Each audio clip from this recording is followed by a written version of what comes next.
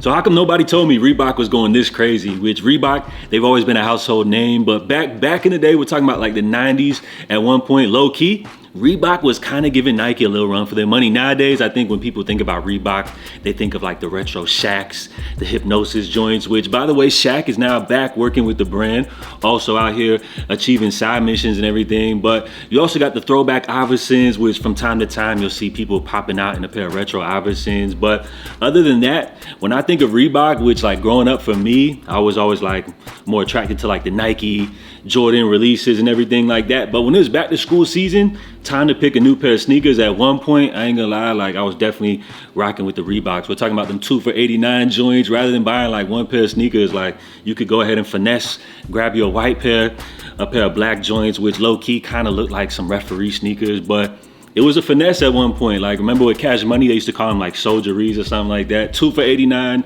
you couldn't go wrong. I feel like the next year it went up to like 2 for $99. Then it was like 2 for $109 or something like that. But we were definitely rocking with these. I don't even know what they called them. I guess Reebok officially calls these just like the classic leathers or whatever. I don't know what they were calling them back in the day. Even Fila jumped into the mix with the little 2 for $89, 2 for $99 or whatever. But this is not about Fila. We're talking about Reebok here, which they also had a moment recently with the whole Angel Reese 1 release and everything like that. So Reebok, you know, they've been making a few headlines here and there.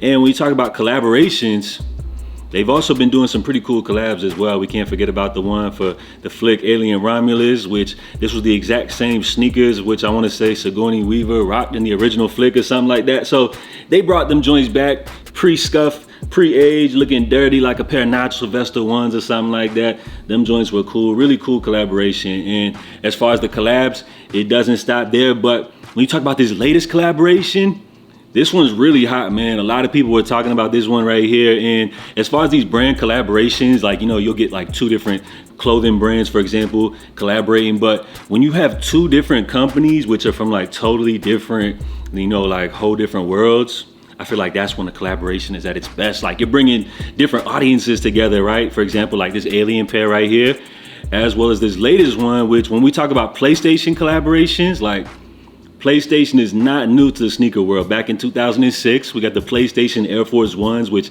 this one was really special, right? Friends and family, only apparently 150 pairs made. Not only that, Air Force One of Nike's most iconic, easy to wear silhouettes. Plus, like the design, the color blocking, the branding, it was executed flawlessly. Like these joints just go crazy. Look at them, like they're dope or whatever. So it's kind of crazy to think that Nike could have probably brought back a PlayStation collaboration, say for like the release of the PS5 or something like that, just saying. But it seems like when you talk about PlayStation collabs from Nike or Jordan brand, the last thing that we saw was what, like them Travis Scott joints, something like that, which were like maybe like 1 or 2 pairs made, something like that. So it looks like Nike could be dropping the ball when you talk about PlayStation collabs, the sneaker, which a lot of people would call grails. I think a lot of people would be excited to see Nike team up with PlayStation once again, but it looks like Reebok is picking up the pieces. And when you talk about the execution, I ain't gonna lie, they did their thing on this one right here. So we got 3 classic silhouettes, right?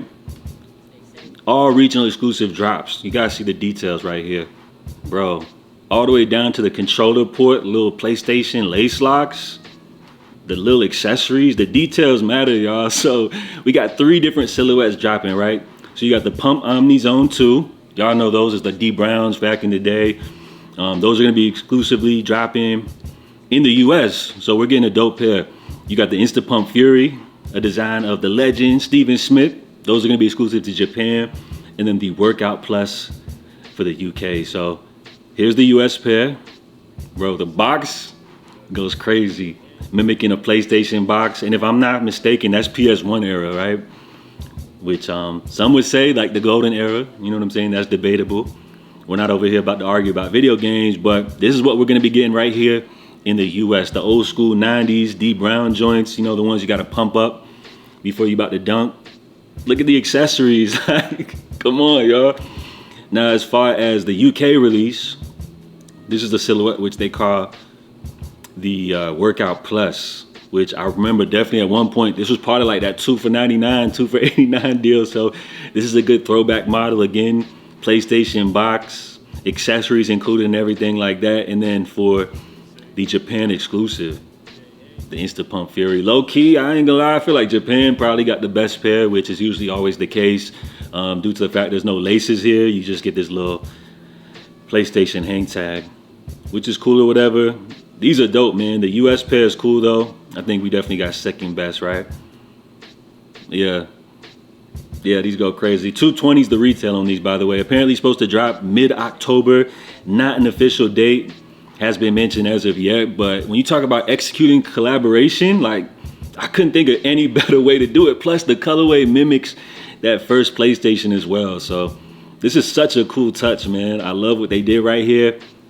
Let me know what y'all think about these joints right here. And when you talk about collaborations, normally I'm always like the one that's like, yo, wear your sneakers, but this is the case right here where I feel like a lot of people might just get this one as like a display piece, a collectible piece. Like, this is just so cool, man. But then again, they're shoes, so you can still wear them.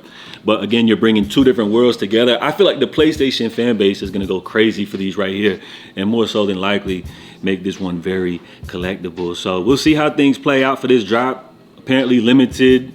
US pairs retailing for $220. We'll wait for official release details and everything like that. But this seems to be a pair that a lot of people are excited about. A lot of people are talking about, and it's Reebok, bro. Like, so Reebok low-key making some moves here in 2025.